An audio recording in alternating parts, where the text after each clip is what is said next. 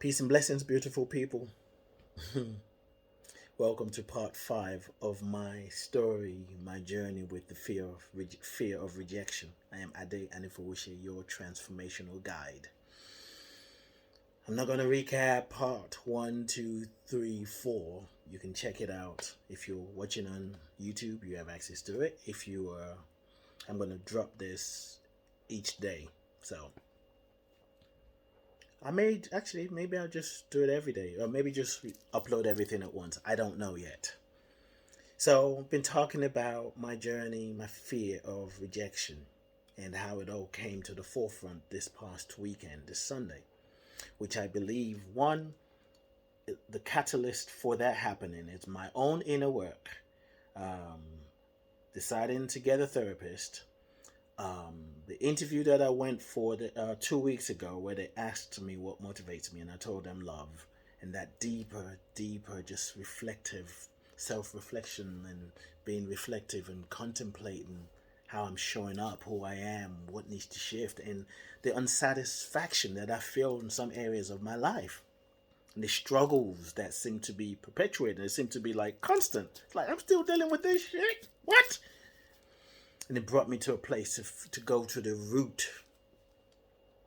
And when you're afraid, when you're feeling fearful, when you're afraid of being rejected, it touches the soul. It touches your soul. I can say more about that, but I won't in this video. And as I've shared in other videos, other parts, this is an example of what it means to represent your story. Not represent your story. You represent your story by default. To represent your story, oh yeah, that's a whole different reality.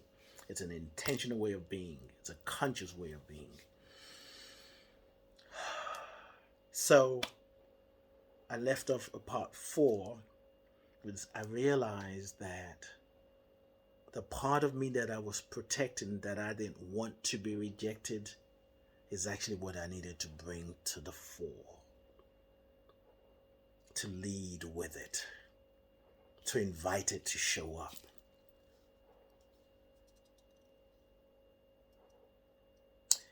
And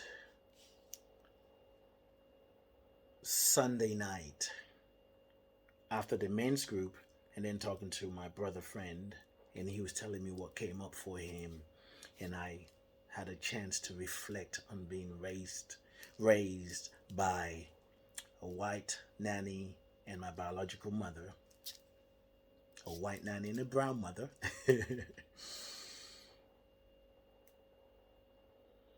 I saw how most of what I've done, or the things that I didn't feel like things that I didn't complete, how I moved through the world, what was behind that is a narrative that I've been holding. That I am different, people don't understand me, people don't know how to give me what I want. One of the narratives that I've expressed occasionally was I always had this fear that I would never achieve what I wanted. I would never get what I wanted. I used to say, yes, I never get what I wanted. And I can link that to my childhood. When I was a baby, when I was an infant, I didn't quite have my mother. She loved me the way she knew. This is not a criticism of my mother, but she had to have somebody watch her son while she works, while she went to school. And my father went to work to make money because they were moving back to Nigeria. The nanny loved me the best way she knew how, but there's a biological connection that needed the affection and the connection of my mother that felt distant. So somehow I made up that I would not be able, I won't have what I need. I believe that story. In my last therapy session a few days ago, Sunday night, my heart was hurting. I went to bed early. I woke up, my heart was hurting. My heart broke. The pain of inviting what wants to show up. A few days ago, I had written in my journal that I was asking Spirit, I said, I need a breakthrough. I need to see what wants to be healed. And then it happened on Sunday. During the therapy session, I was hoping for a solution because I wanted to, okay, now I know what the issue is. Let's heal it so I can move forward. I expressed that with my therapist and he just nodded. And I was even afraid that the therapy session may cause me to go even deeper and my heart would hurt even more than it would have been it would be unbearable. What actually happened was I was able to make peace with that fear of rejection. Like, okay, that's been the journey. That's the narrative. Now what? Now that you know, it's like I invited that fear of being rejected. Looked at things that I didn't do or could have done or did do that was really, what's the word I'm looking for?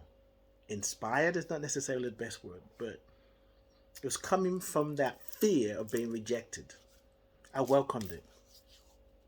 And I really can say I feel different. I hesitate to say free because it seems like absolute.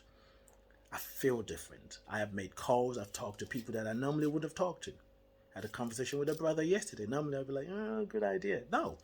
Either it's going to work out or it won't. Maybe we're going to collaborate or not. And when we are able to welcome our own insecurities, our own pain, our own struggles, narratives that no longer serve us, when we can welcome it with love and truth and understanding, it's transformative. And that's what representing our stories is about. Representing our stories, what's in the name. To find out more, I'll put the link in the caption. You can go to tinyurl.com/representing your story. Your stories. tinyurl representing your stories. tinyurl.com/representing your stories. That's how we make injustice history, when we tell the truth about our own darkness, our own shadow. That's how we make white supremacy history. The belief in the separation, the belief in separation, the illusion of separation, that we're separated from one another. Whatever it is you see in the world that you think we need to end that, it needs to end, well, you got to start with you. And we also have to do it collectively. I want to read this to you as I wrap this up. Where is it? Something that my friend, mentor, spiritual midwife wrote that I think is powerful. It is the story that we tell ourselves.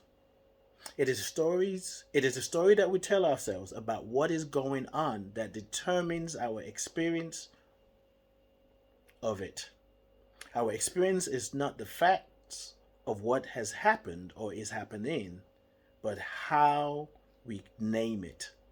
Our story is a narrative. It is a mold of sorts. No matter what is poured into it, the shape will always be the same. It might also be compared to a lens that colors what we see. Reverend Deborah L. Johnson, Rev D. I'm going to stop there. There's more I could say. There's always more, right? Whether you register for this session June 10th, 2 p.m. Eastern, or not, may you cultivate the courage to tell your story, your truth, to set yourself free so you can make an impact in the collective. You can tell a new story about the world, about our generation, and empower those to come. I love you. I bless you. I appreciate you. And I thank God for you. Peace and blessings.